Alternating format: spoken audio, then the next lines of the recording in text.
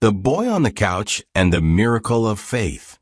Once upon a time, in a quiet neighborhood called Greenbrick, there was a young man named Ethan, who lived with his mother, Lily, and his father, David. Ethan had one big goal in life. He wanted to be in shape. He imagined himself as a strong, energetic young man running in the park, doing sit-ups and lifting weights. Every day before going to bed, he promised himself that he would get up early the next day to jog, do squats, and get in shape. But there was one small problem. Ethan was a master procrastinator. Every morning, as soon as he opened his eyes, the first thing he did was grab his tablet and start playing video games. For hours and hours, sitting on the couch or locked in his room, Ethan would immerse himself in the world of games. Every time his mom asked him to help around the house or go outside to play, Ethan would respond with a lazy smile and an excuse later, "Mom, I'm busy with my game." Time passed, and as Ethan spent more and more time in front of his screens, his parents began to notice that he was not only becoming lazier, but also more rebellious and rude. He stopped listening to anyone. He even started yelling at his mom and refusing to help with household chores. Lily and David didn't know what to do. They had already taken him to therapy with the neighborhood psychologist, Dr. Benjamin Hart, but nothing seemed to work. Every time Ethan returned from the sessions, he seemed even more distracted and distant. One day, a new neighbor moved into the neighborhood. Her name was Clara, and she had 4 children, Luke, Michael, Clara, and Sophia, who were very different from Ethan.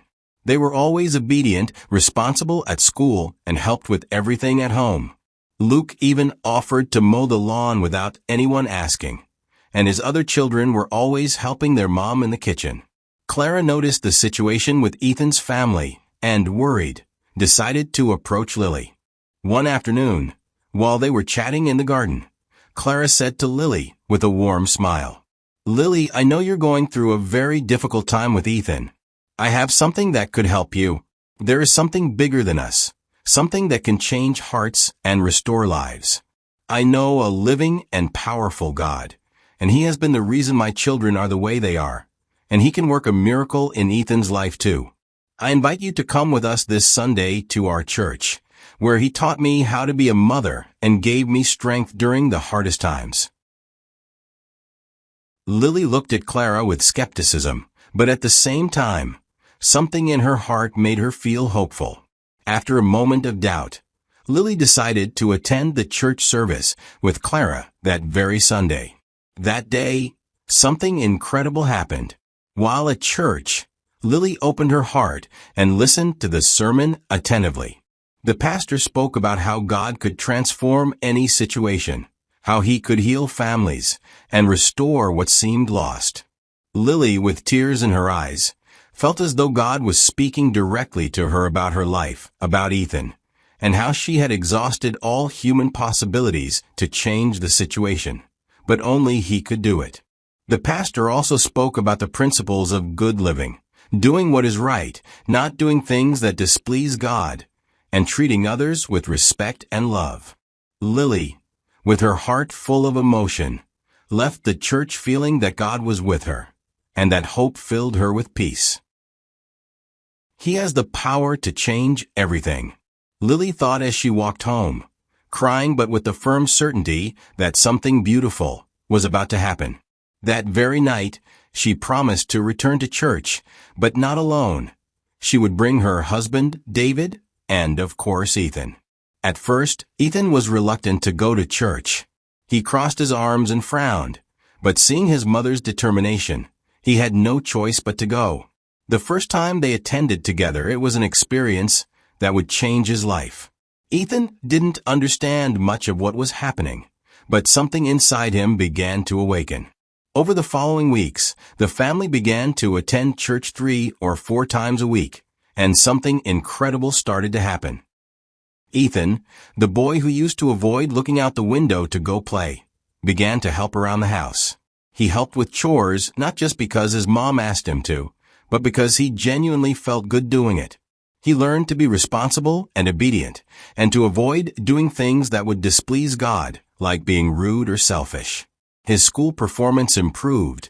He was no longer obsessed with video games all day, and he started to take a real interest in outdoor activities. One day, his mom asked him, "Ethan, would you like to go jogging with me this morning?" And, to her surprise, Ethan smiled and answered, "Sure, Mom. I've decided to start my day with something different. I'm going to train." Lily and David couldn't believe it. The boy who used to spend hours in front of screens was now motivated to move, be active, and enjoy the little things in life. As time passed, the family felt more united, happier, and with more peace in their hearts. The change in Ethan was so noticeable that he even started to invite other kids in the neighborhood to go outside and enjoy physical activities instead of staying inside playing video games all day. The life of the Anderson family, Ethan's last name, had taken an incredible turn. And so, the family discovered that faith, hope, and God's love not only changed Ethan's heart, but also taught them the principles of good living, being responsible, respecting others, and avoiding actions that displease God. Peace, love, and obedience became the foundation of their home. Greenbrick, the neighborhood where they lived, was never the same because the miracle of a restored family lit the way for many others. Ethan's story teaches us the transformative power of faith, responsibility, and love. It shows us that if we seek God with our hearts, He will manifest in our lives, guiding us, teaching us, and helping us. His mercy is great and valuable. Ethan's journey from procrastination and rebellion to motivation and kindness highlights the importance of making positive changes in our lives, especially when we accept guidance from a higher power. Through the family's faith and commitment to doing the right thing, they not only restored Ethan's spirit, but also strengthened their bond and brought peace to their home. The story reminds us that even in the face of challenges, turning to faith, practicing love and respect for others, and taking responsibility for our actions can bring about miracles and positive changes in our lives. In our daily lives, we can apply these values by being consistent in our efforts, taking small steps toward positive habits, and showing kindness to those around us. Just as Ethan changed by becoming more responsible and caring, we too can make a difference by focusing on the things that matter most: our relationships with others, our actions, and our willingness to grow. Whether it's helping around the house, being patient with others, or prioritizing our goals over distractions, we can all create a more peaceful and fulfilling life by incorporating these values into our everyday actions. If you've enjoyed my content, don't forget to subscribe, like, and leave a comment telling me what other videos you'd like to see. That way, I can keep creating more content for you, and your support will mean a lot. Thank you so much for being here and for your continuous support.